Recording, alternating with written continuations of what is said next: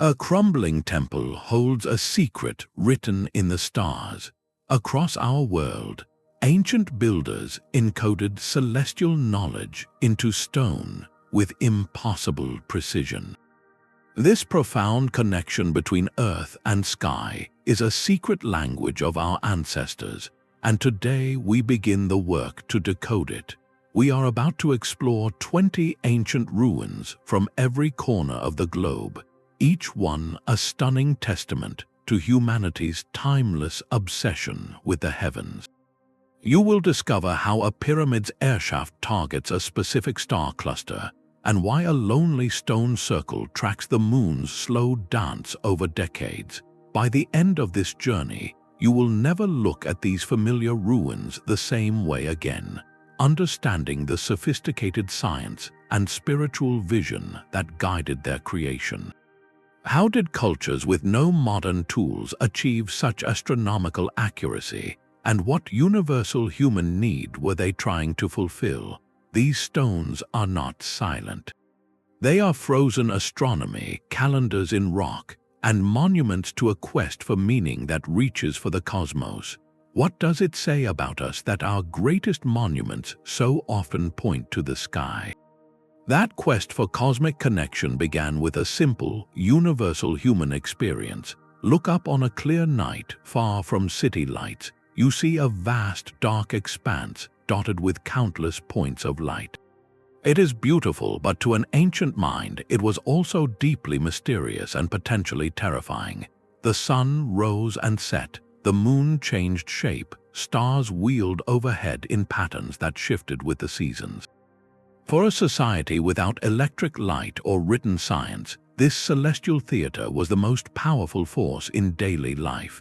It dictated when to plant crops, when to harvest, when to expect the rains or the cold. Getting it wrong meant hardship, so the first astronomers, who were often priests or elders, began to watch. They noted where the sun rose on the longest day of the year and where it set on the shortest.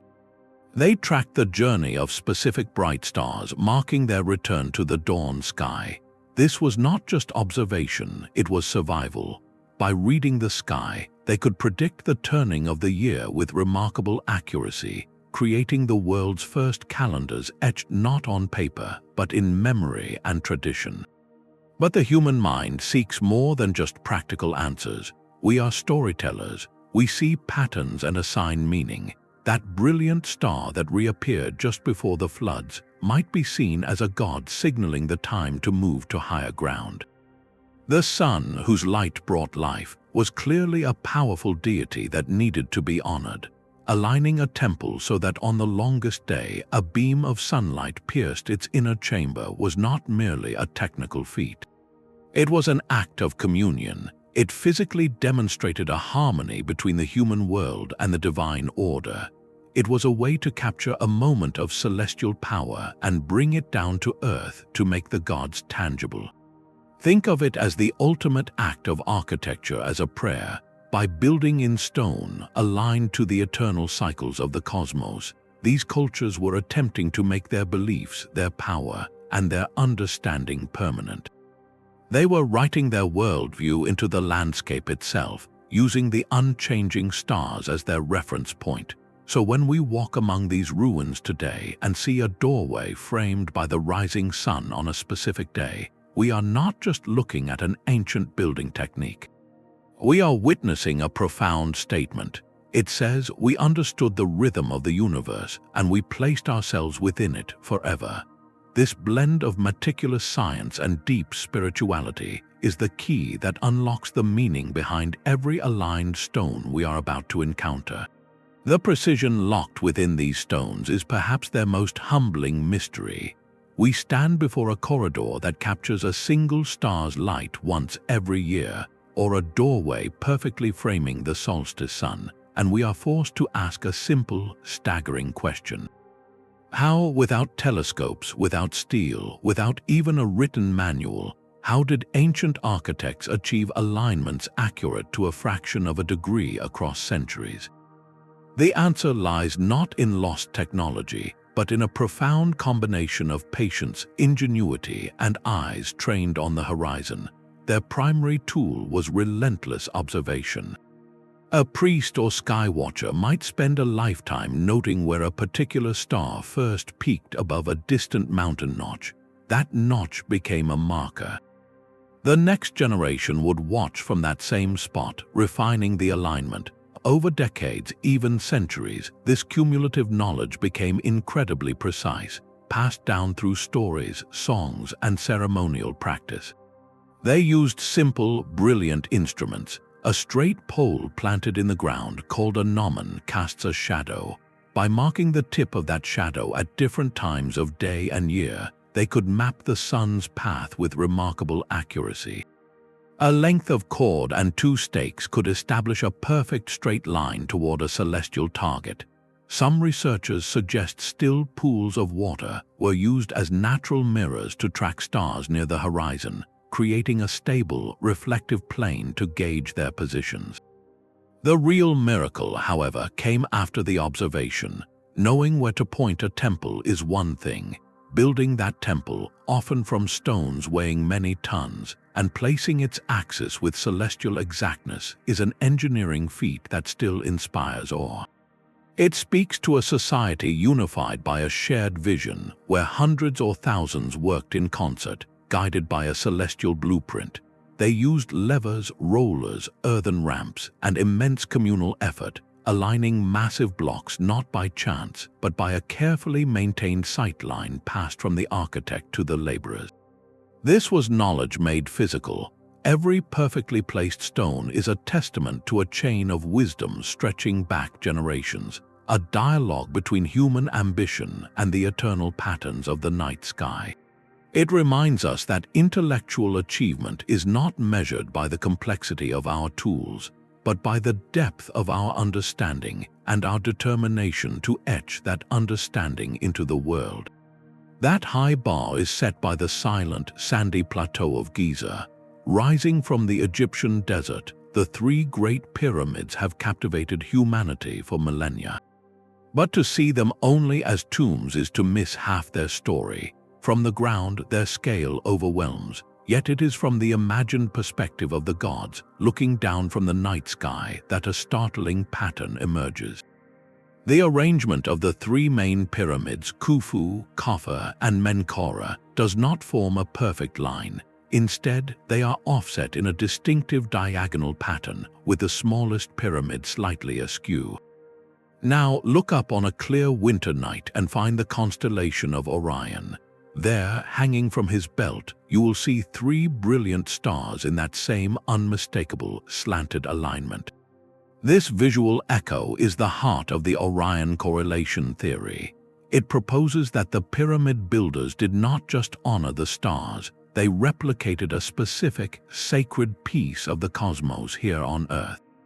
For the ancient Egyptians, Orion was deeply associated with Osiris, the god of the afterlife, resurrection, and the fertile flooding of the Nile.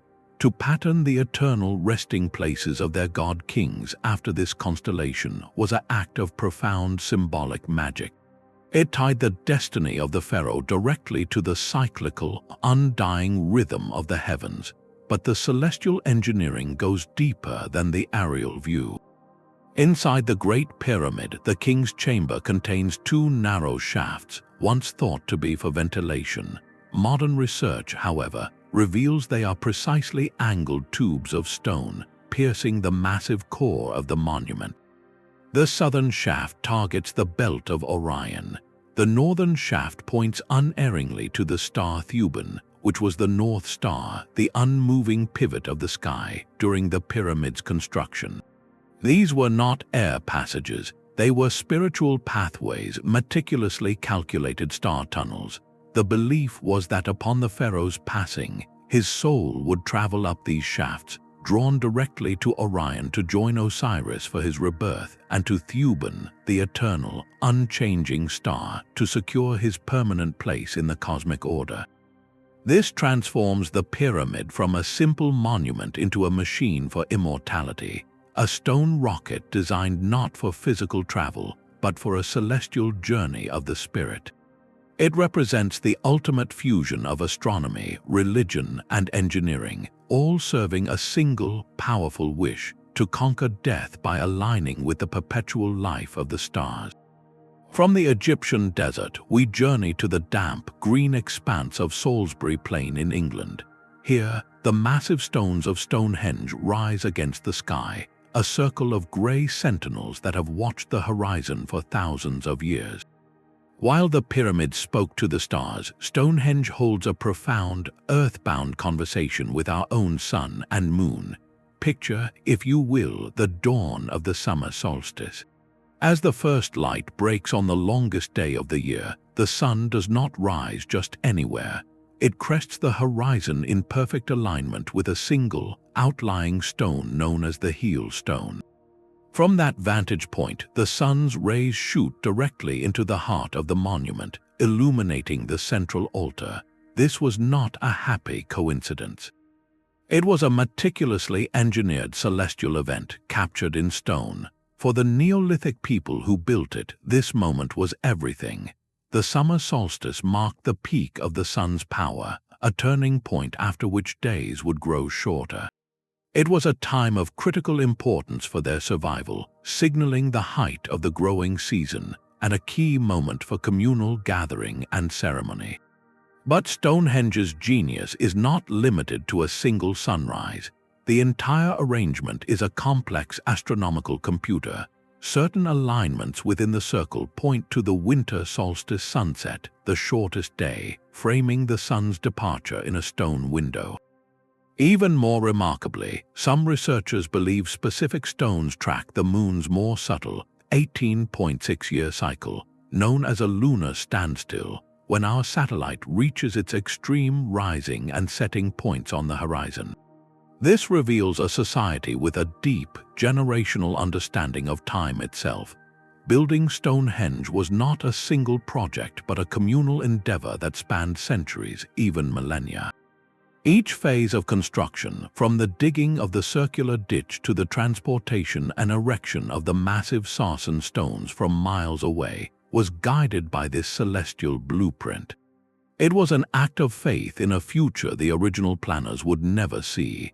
A project so vast it required the sustained effort and shared knowledge of countless generations. This transforms Stonehenge from a mysterious circle of rocks into something far more profound. It was a calendar, an observatory, and a temple all in one.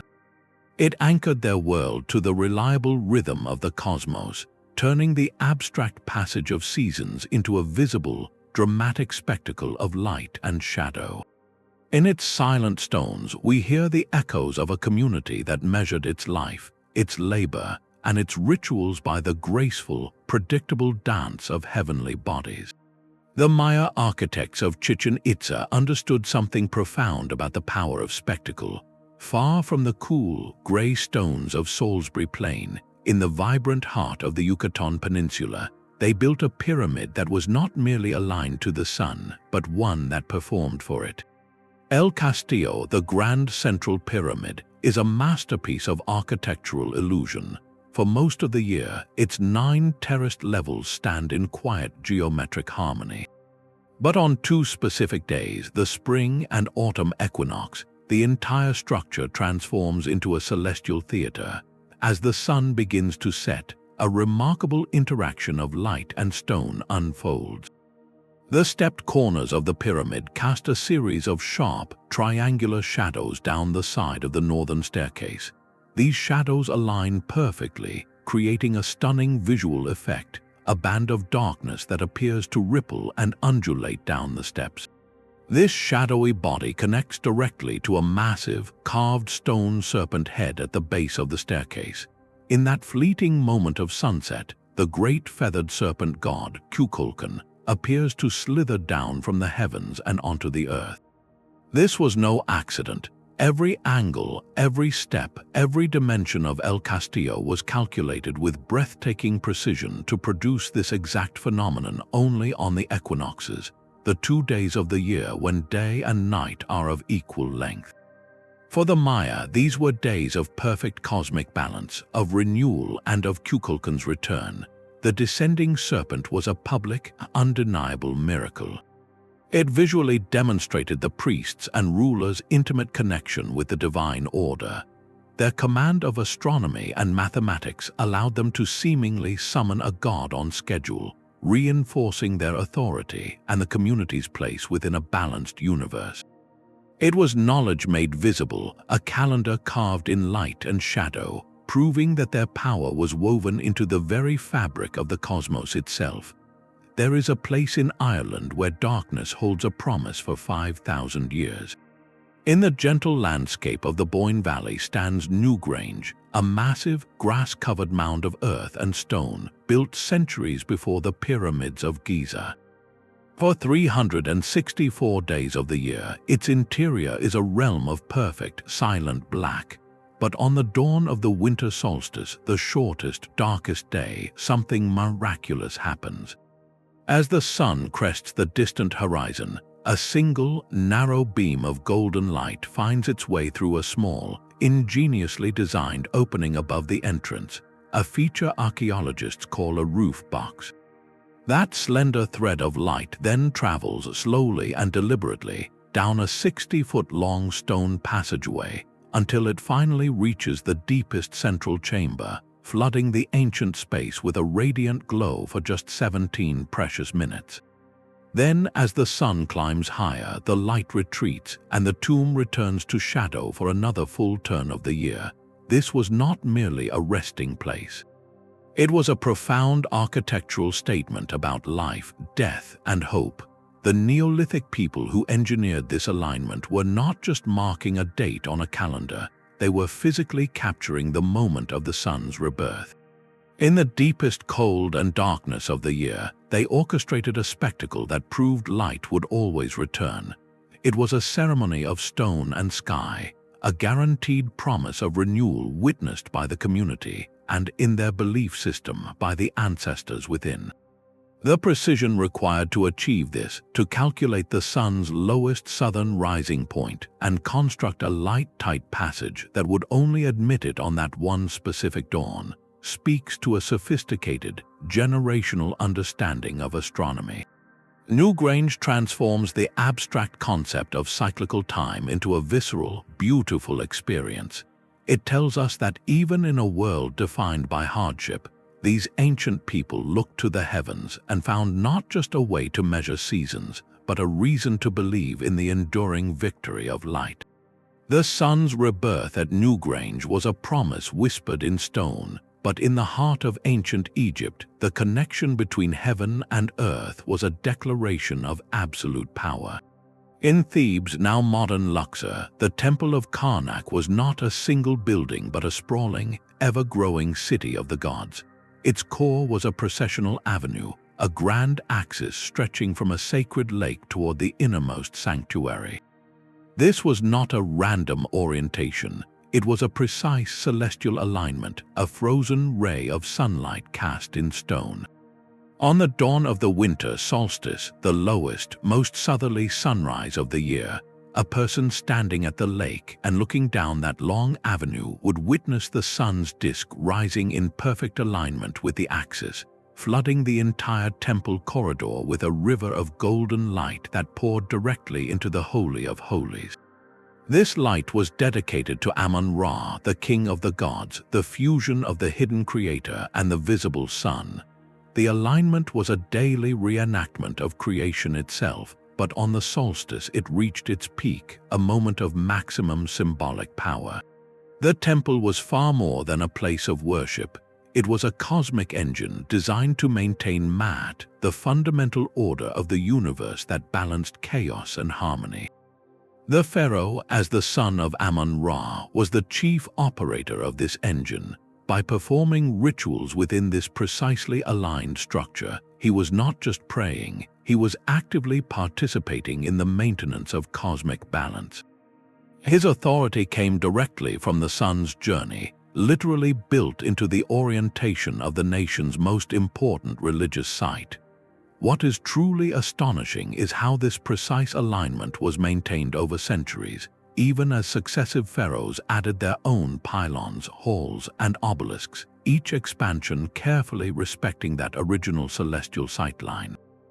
The axis of Karnak became the immovable backbone of Egyptian state religion and royal ideology, a permanent conduit between the divine and the earthly ruler.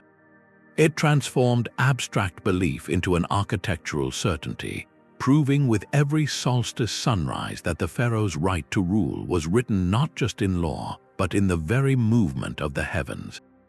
High in the cloud-wrapped Andes, a city of stone clings to a mountain ridge as if grown from the rock itself.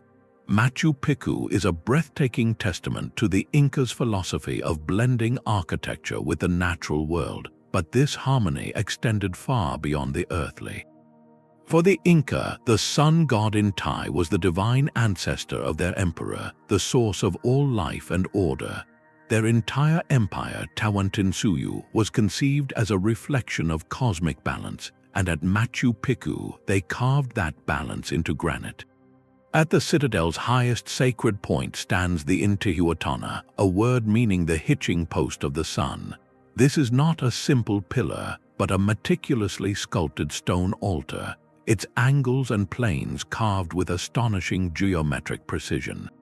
Its purpose was celestial anchoring. During the June solstice, the southern hemisphere's winter and the sun's most northerly position, something remarkable occurs.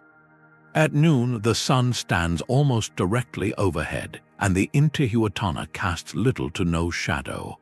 For the Inca priests, this was the moment they symbolically secured the sun in place, preventing its further journey north and ensuring its return to bring warmth back to the world.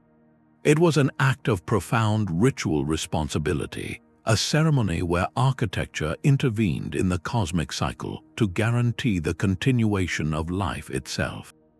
This celestial choreography is echoed throughout the city. The semicircular Temple of the Sun, built around a natural rock outcrop, features a trapezoidal window perfectly aligned to frame the rising sun on the June solstice. Another structure, known as the Orion, contains a ceremonial cave and a window that captures the first rays of the December solstice sunrise. Every alignment served a dual purpose. They were a highly accurate agricultural calendar, dictating planting and harvest times across a vast empire, but more importantly, they were theological proof. By demonstrating an exact knowledge of the sun's movements, the Inca emperor and his priests validated their divine mandate to rule. They were not just administrators, but essential intermediaries, the keepers of a covenant with Inti that kept the universe in motion. Machu Picchu, therefore, is far more than a remote royal estate.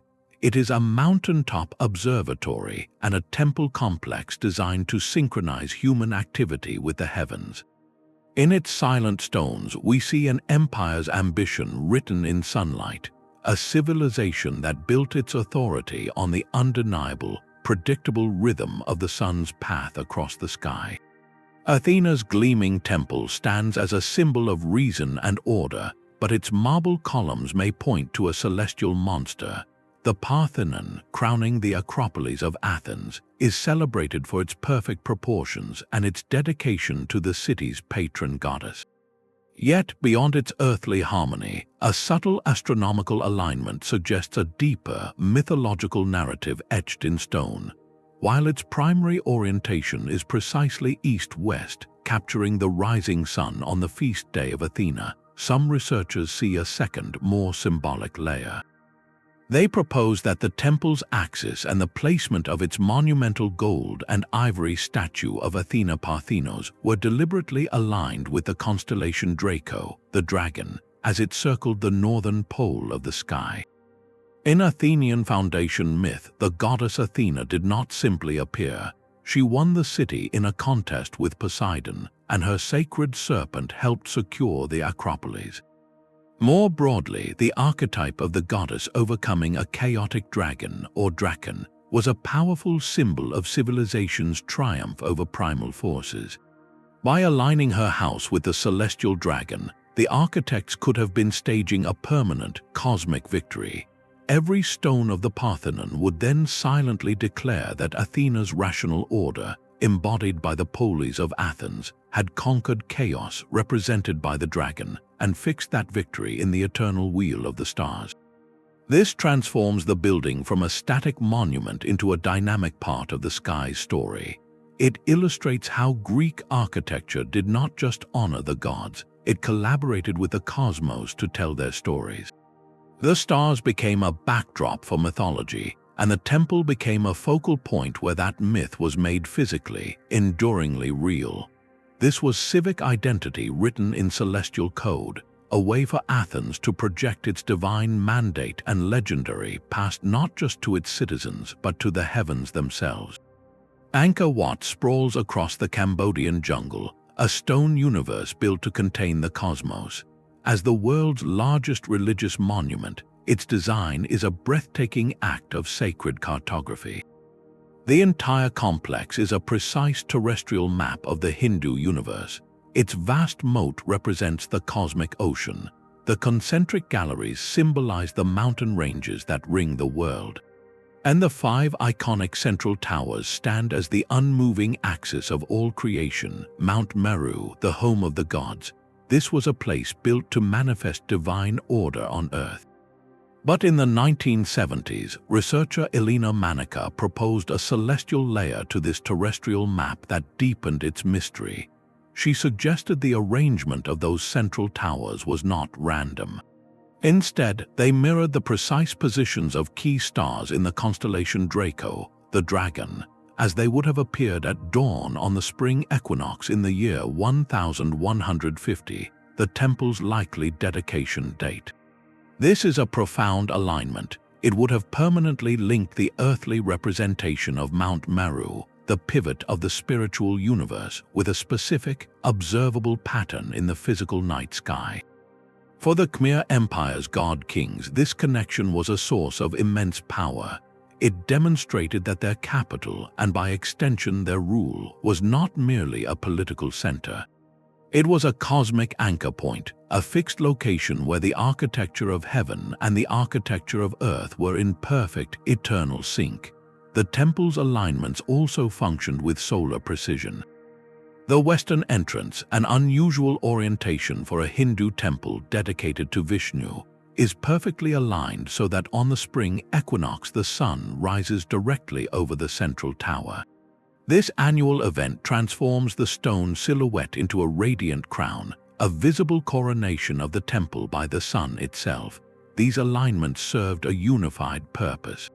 They wove together astronomy, theology, and statecraft into a single, unassailable narrative. They told the people that the king's authority was as natural, as predictable, and as fundamental as the rising of the sun or the turning of the stars. Angkor Wat was more than a place of worship. It was a machine for validating divine kingship, its stones calibrated to the clockwork of the heavens to prove that this empire and its ruler were written into the very fabric of the universe. This precise celestial alignment was not just an urban plan, it was a countdown to renewal. The Avenue of the Dead, the immense central artery of Teotihuacan, runs for over 2 miles, flanked by monumental pyramids like the Pyramid of the Sun and the Pyramid of the Moon. Its orientation, 15.5 degrees east of north, is a deliberate and significant deviation from the cardinal directions. While it does not target the sun or moon at key dates, researchers have found it points directly to the spot on the western horizon where the Pleiades star cluster set during the city's peak around the year 200. This was no minor asterism. Across Mesoamerica, the Pleiades, known as Chanquistli or the Marketplace, held immense importance. Its heliacal rising, its first brief appearance in the dawn sky just before sunrise, was the celestial signal that the agricultural year could begin, marking the start of the rainy season and the time to plant maize. For a vast, sophisticated city whose survival depended on successful harvests, this cluster was the ultimate timekeeper. By aligning their entire ceremonial core to its setting point, the anonymous builders of Teotihuacan did something profound. They turned their city into a permanent stone reflection of that critical moment in the cosmic calendar. Walking down the Avenue of the Dead was not just a physical journey, it was a symbolic walk along the path of the stars that governed life itself. The pyramids themselves may have served as monumental markers. From the summit of the Pyramid of the Sun, an observer would have seen the Pleiades set directly over the peak of the nearby Cerro Gordo mountain, a natural landmark that was itself considered sacred. This created a layered alignment, a sacred geography where architecture, landscape, and heavens converged.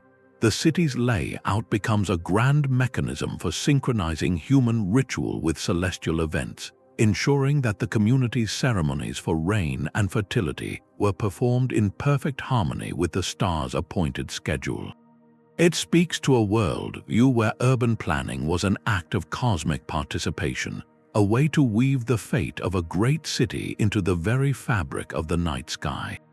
While the great cities aligned their avenues to star clusters, a quieter, more intimate conversation with the sun was happening on a small Mediterranean island. The Mnajdra temples on Malta are not grand pyramids or sprawling complexes, but something perhaps more profound, a series of curved stone chambers built from massive slabs of golden Globigerina limestone.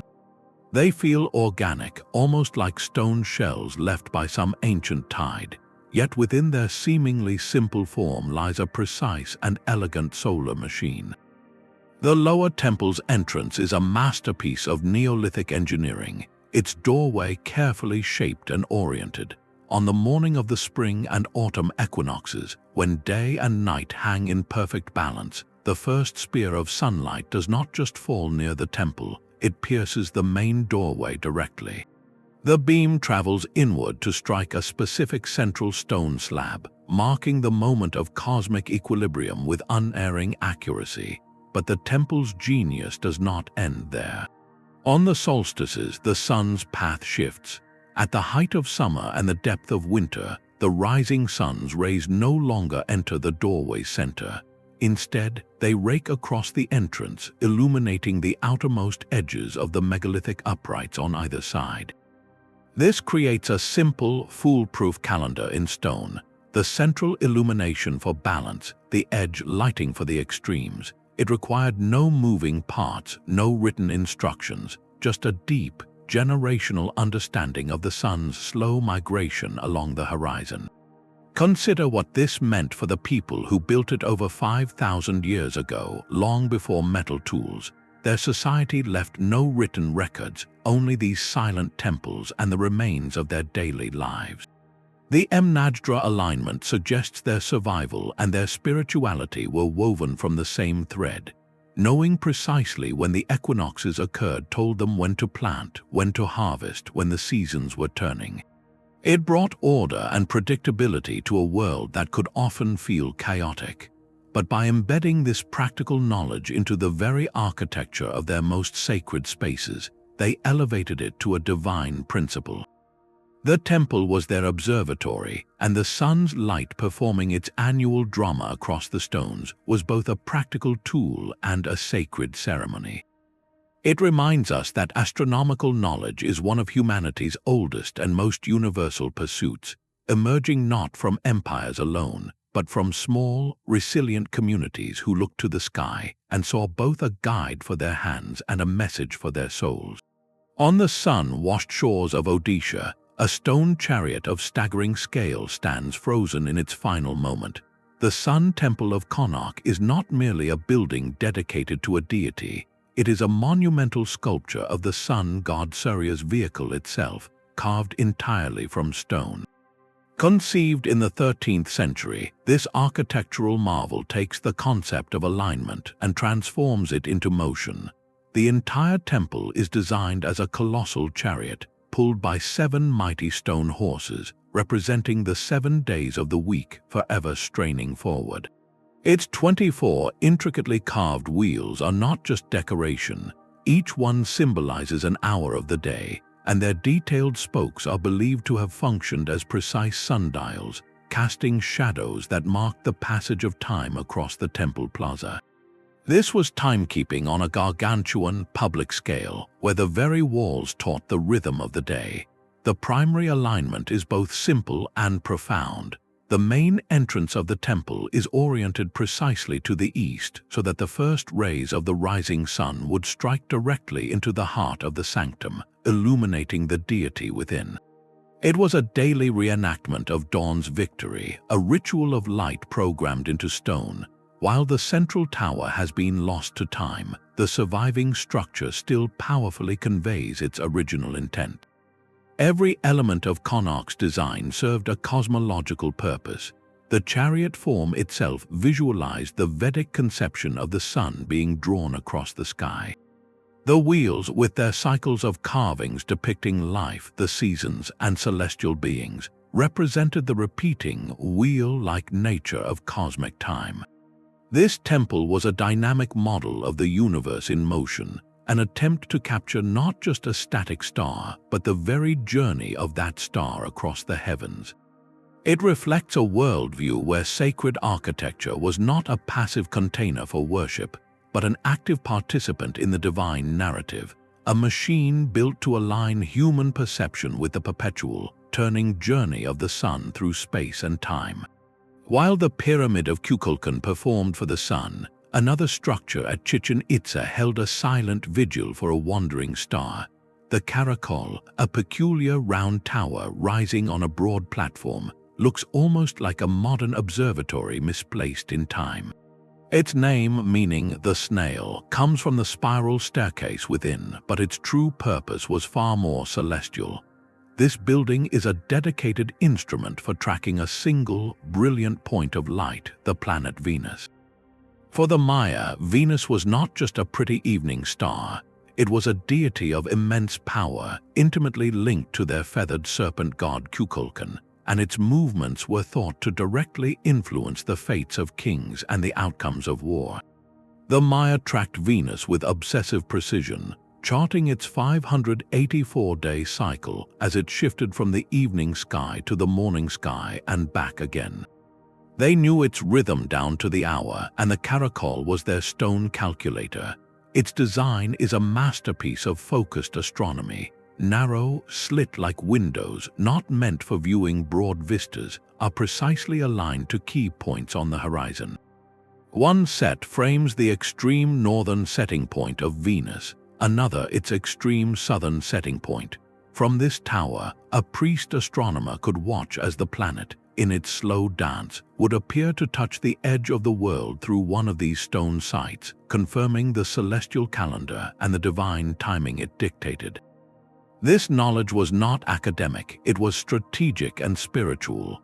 The Maya believed the first appearance of Venus as the morning star was a dangerous, inauspicious time, often associated with conflict. Historical records suggest military campaigns were timed to coincide with specific phases of the Venus cycle, leveraging its perceived power. The caracol, therefore, was more than an observatory. It was a piece of strategic infrastructure. It allowed the Maya to integrate the complex, predictable movements of a planet into the very fabric of their society, from the scheduling of sacred ceremonies to the planning of statecraft. This reveals a celestial science of astonishing depth, proving their gaze extended far beyond the sun and moon to the intricate ballet of the planets, which they wove into a living, breathing cosmology that governed life on the ground. The moon's silver light held a different kind of power in the desert plains of ancient Sumer. There, the great ziggurat of rose as a colossal stairway toward the night, a man-made mountain of baked brick dedicated not to the sun, but to Nana, the wise and gentle moon god. In a land defined by two great rivers, the Tigris and Euphrates, the moon's predictable cycles were a celestial comfort. Its phases marked the passage of months, its gentle glow illuminated the night, and its association with wisdom and measurement made it central to a society that was inventing writing, mathematics, and law. The ziggurat was the physical heart of this lunar devotion. Its three massive tiers, once crowned with a brilliant blue glazed shrine, were not a tomb or a palace, but a dwelling place for the divine, a literal bridge where priests could ascend to perform rituals that maintained harmony between heaven and earth. While the precise astronomical alignments of Ur are less certain than those of later monuments, its very purpose speaks volumes. In a culture that produced the world's first known star catalogues and meticulously tracked planetary movements, it is almost inconceivable that the axis of their greatest temple to the moon would be casually placed. The structure's dominant presence on the flat Mesopotamian horizon meant that for miles in every direction, the eye was drawn to this artificial peak, a constant reminder of the celestial power that ruled the night and measured time. The ziggurat embedded the moon's quiet authority into the daily life of the city. Its cycles dictated the timing of festivals, markets, and religious observances, weaving lunar rhythm into the social and economic fabric. This was architecture as an act of cosmic integration, building a staircase not just for priests to climb, but for a deity's influence to descend, ensuring that the orderly, predictable light of Nana guided the world below. Deep within the arid canyons of the American Southwest, a different kind of solar dialogue was being held underground. The Great Kiva, known as Cosa Rinconada at Choco Canyon, is not a towering pyramid or a sprawling temple complex, but a vast, circular chamber dug into the earth, its rim flush with the desert floor. From the outside, it is a subtle feature, a gentle dip in the landscape, but to step inside is to enter a meticulously engineered vessel for capturing light. This subterranean space, over 60 feet across, was the ceremonial heart for the ancestral Puebloan people, a place where the community gathered for rituals that bound them to each other and to the world above. Its architecture is deceptively simple, a perfect circle with two opposing doorways aligned north-south and a series of 32 niches set into the surrounding wall. Yet this simplicity masks a profound celestial intent. On the morning of the summer solstice, as the sun crests the canyon rim, a beam of light enters through the south doorway. It does not simply spill onto the floor. It travels with purpose across the interior, striking one specific, strategically placed niche in the northern wall. This was not an accident of construction, but a scheduled illumination, a moment of solar contact programmed into the very geometry of the space. Other features align with solar noon when the sun is at its peak, and with the equinoxes, creating a complete, three-dimensional solar calendar built into the Earth itself. For the people of Choco, these alignments served a vital, unifying purpose. Their survival in this harsh environment depended on an intimate knowledge of the seasons, knowing precisely when the scant rains might come or when to plant crops in the canyon's few fertile areas. By embedding these solar markers into their most important communal structure, they made this critical, life-sustaining knowledge a public, shared experience. The Kiva was not an elite observatory for a privileged few priests. It was a democratic theater of the sky. Every member of the community, gathered within, could witness the sun's light fulfilling its predicted path, confirming the turning of the year and the proper time for planting, harvest, and ceremony. This integrated the cosmos directly into social and spiritual life, using architecture to transform astronomical observation into collective ritual, ensuring the entire community moved in harmony with the reliable rhythm of the sun. Cosa Rinconada stands as a powerful testament to a culture that saw celestial order not as an abstract science, but as a practical, communal truth written in light upon the walls of their shared sacred space. Sometimes the most profound connection to the stars required no roof at all. Across the ancient Mediterranean, a unique architectural form emerged, known as the hypaethral temple. These were sacred structures deliberately built without a covering, their inner sanctums open to the sky. This was not a matter of unfinished construction or lost materials, but a brilliant philosophical and practical choice. By removing the ceiling, the architects eliminated the barrier between the worshipper and the cosmos. The temple walls became a frame, and the heavens themselves became the moving, living ceiling of the sanctuary. This design transformed ritual space into a permanent observatory, where every clear night was an invitation to commune directly with the divine lights above. One of the most striking examples of this intentional openness was linked to a star critical for survival. On the coast near Alexandria, the Temple of Serapis at Canopus was famed for its orientation.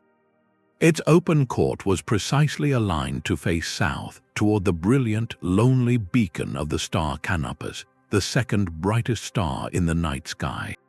For sailors navigating the treacherous Mediterranean and Red Seas, Canopus was a celestial landmark of immense importance. Its position far in the southern sky made it a reliable guidepost. By building a roofless temple aimed directly at it, the architects achieved something beautiful. They created a fixed terrestrial counterpart to that navigational star. A priest or an initiate standing within the temple walls would see Canopus framed perfectly within the stone gateway, a star forever anchored in its architectural home. This represents a subtle but powerful shift in strategy. Unlike a solstice alignment that captures a fleeting beam of light once a year, the Hypaethral Temple established a constant, unwavering relationship. It was not about marking a single moment in time, but about maintaining a perpetual line of sight, a never-ending visual tether to a specific point of celestial power. The building became less of a container for ritual and more of a monumental instrument itself, a giant stone sighting tube permanently fixed on the heavens. This approach speaks to a desire for a different kind of certainty, not the dramatic proof of a solar rebirth, but the quiet assurance of a constant companion in the night sky, its presence eternally validated by the silent, open arms of a temple built to do nothing but look up. Venus held a different kind of sway over the rulers of Uxmal. In the rolling Puc Hills of Mexico, the governor's palace stretches with a quiet, horizontal majesty, its facade a breathtaking tapestry of stone mosaics. This was not merely a royal residence, it was a statement carved in limestone, and its message was written in the path of a planet. From the very center of the palace, a clear, deliberate sightline extends across a long, raised platform. Modern archaeoastronomers have found this axis points unerringly to the spot on the southeastern horizon where Venus, at the peak of its complex cycle, makes its most southerly rise. This was a precise, permanent marker for the planet's extreme wanderings, but the celestial encoding goes far deeper than a single alignment. The entire architectural design seems to whisper the rhythm of Venus. The palace is built upon a massive platform that is not a perfect rectangle. Its unusual, elliptical shape is thought to mirror the planet's own looping path in the sky.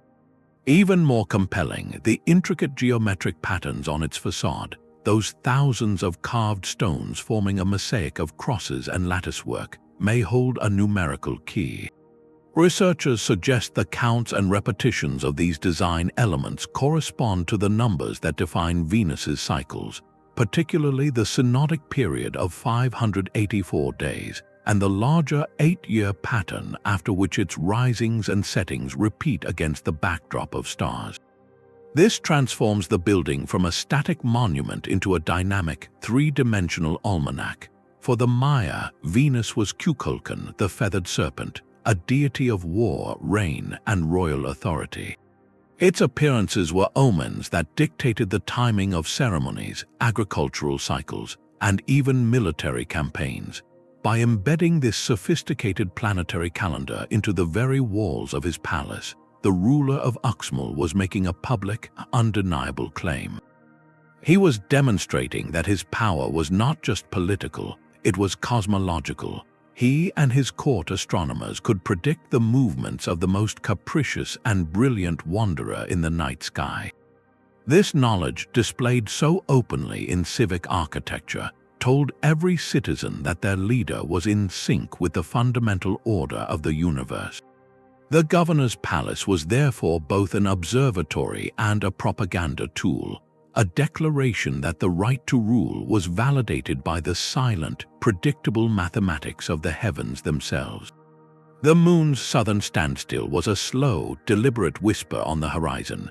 Far to the north, on the windswept Isle of Lewis, the Callanish stones stand as a silent congregation of ancient gneiss, arranged in a unique cruciform pattern that feels less like a circle and more like a stone compass rose.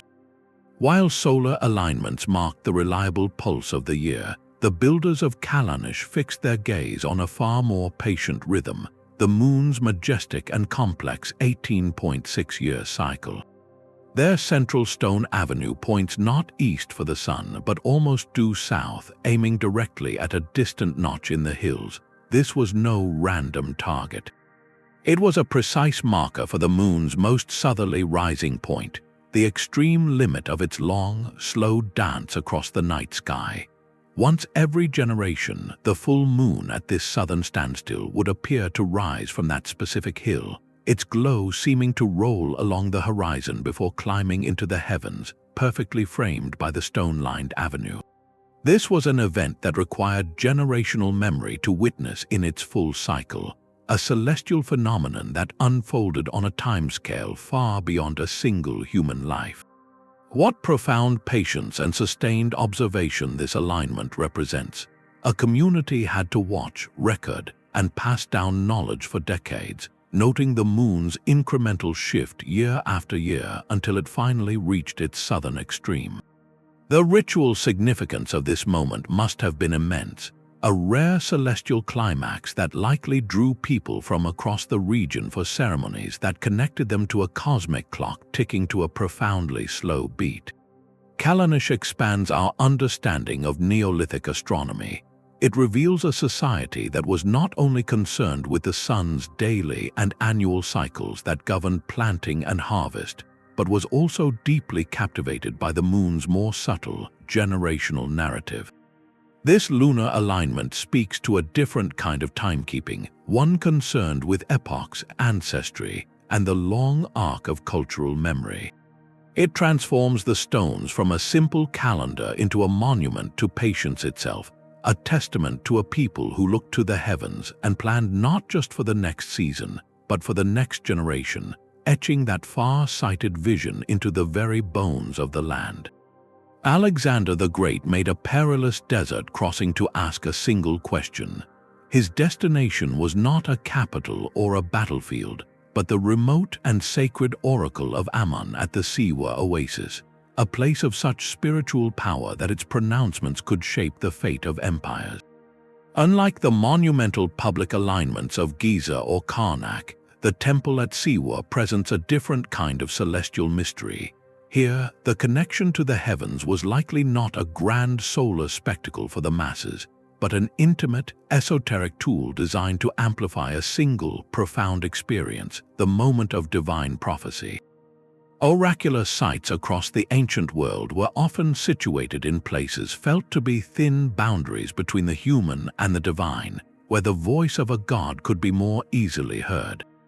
For the priests of Ammon at Siwa, the vast, unobstructed desert sky was not just a canopy, it was an active participant in the ritual. While precise alignments are less documented than at other Egyptian sites, the temple's orientation was almost certainly deliberate, potentially aligning its inner sanctum or a sacred axis with a significant star or the rising point of a constellation associated with Ammon, the hidden king of the gods. Imagine the scene during a sacred consultation. A petitioner, perhaps a general or a pharaoh, stands in the dim, incense-filled chamber. Outside, the absolute silence of the desert night is punctuated only by the brilliance of countless stars. Through an aperture or from a specific vantage point, a particular celestial body, perfectly framed by the architecture, shines its light into the sacred space. This was not a public announcement but a private stage setting. The alignment served to charge the atmosphere, to visually and symbolically tether the moment of the oracle's trance and utterance to the eternal, orderly cosmos. It created a backdrop of cosmic certainty against which the ambiguous words of the prophecy would resonate with greater authority. The sky itself became part of the oracle's power, a silent partner in the ritual that transformed a human voice into the voice of the divine. This suggests a profound nuance in the purpose of ancient alignments. They were not always about marking time for agriculture or demonstrating royal power to the populace. Sometimes their function was deeply internal and spiritual, to engineer a specific state of consciousness, to create a portal where the fixed mathematics of the stars facilitated a conversation with the unpredictable will of the gods. At Siwa, the alignment was less a calendar and more a catalyst, using the eternal heavens to validate a fleeting, world-changing whisper. The desert floor itself becomes a canvas for the stars. Etched across a vast, arid plateau in southern Peru, the Nazca lines present perhaps the most enigmatic form of celestial alignment on Earth. These are not towering stone monuments, but geoglyphs, immense drawings scraped into the dark desert surface to reveal the lighter Earth beneath. From ground level, they appear as mysterious tracks and furrows, but from the air, their true forms emerge, giant depictions of spiders, hummingbirds, monkeys, and endless straight lines that run for miles to the horizon. Their purpose has long been debated, but a compelling thread connects them to the sky above. The pioneering researcher Maria Reich dedicated her life to mapping these lines and proposed that many functioned as a giant astronomical calendar. Certain long, arrow-straight pathways align precisely with the rising or setting points of the sun during the solstices, the critical turning points of the year. Others may point to the heliacal rising of the Pleiades, that same star cluster so vital to the farmers of Teotihuacan, signaling the coming of rains in the distant Andes. One of the most famous glyphs, the spider, bears a striking resemblance not to a terrestrial arachnid, but to the constellation Orion, with one leg elongated to mirror the line of stars in Orion's belt. This suggests the Nazca people were not just marking solar events, but mapping constellations onto the landscape itself, creating a permanent, walkable star chart of colossal proportions. But why create art only fully visible from a perspective they could never physically achieve? This question leads to the ritual heart of the lines. In this brutally dry environment, water was life. The alignments likely served as ceremonial pathways for processions linked to fertility and pleas for life-giving rain. By walking these lines that pointed to celestial bodies governing seasons and weather, the community performed a powerful act of sympathetic magic. They were physically tracing the patterns of the heavens on the earth, attempting to harmonize the two realms to ensure survival. The Nazca lines represent the ultimate fusion of art, astronomy, and sacred geography. They transformed the entire desert into a temple without walls, where the ritual act of walking a celestial pathway drawn on the ground became a prayer for balance between the arid earth below and the life-giving patterns written in the stars above. The southern sky held a different map entirely. While civilizations in the northern hemisphere charted the pole star and the familiar constellations of the zodiac, a powerful kingdom in southern Africa looked up and saw a different set of celestial guides. The Great Zimbabwe, a sprawling complex of towering, unmortared stone walls built by the Shona people between the 11th and 15th centuries, stands as a testament to a sophisticated culture that mastered its own unique landscape. At its heart lies the Great Enclosure, a massive, elliptical wall with a mysterious conical tower inside. This was no ordinary settlement. It was the political and spiritual capital of a vast trading empire. And its architecture, some researchers suggest, may have been oriented to a southern celestial order. While clear solar alignments mark the solstices, the most intriguing possibilities point to features only visible below the equator.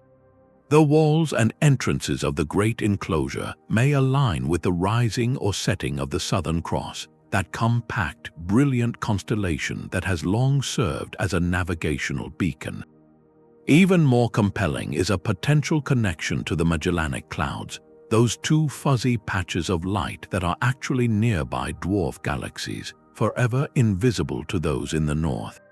In the cosmology of many Bantu-speaking peoples, these star clouds held deep significance, often associated with celestial smoke or dust from the activities of the ancestors or the gods.